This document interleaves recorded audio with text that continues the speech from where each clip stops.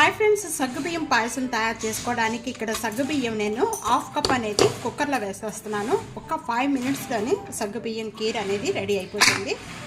Half కప్కి సగ్గుబియ్యానికి మొత్తం 4 same మనం ఏ కప్తో అయితే సగ్గుబియ్యం తీసుకున్నామో అదే కప్తో 4 కప్స్ అనేది వాటర్ యాడ్ చేస్తున్నాను. ఇక్కడ మూత పెట్టేసేసుకొని కుక్కర్ మూత 5 విజిల్స్ వచ్చే వరకు కూడా కుక్ చేసుకోవాలి.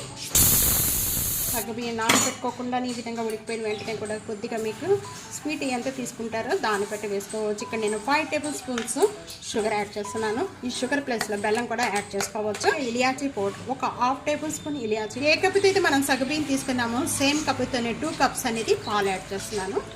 పాలు యాడ్ చేసిన వెంటనే కూడా బాగా కలుపుకుందాము.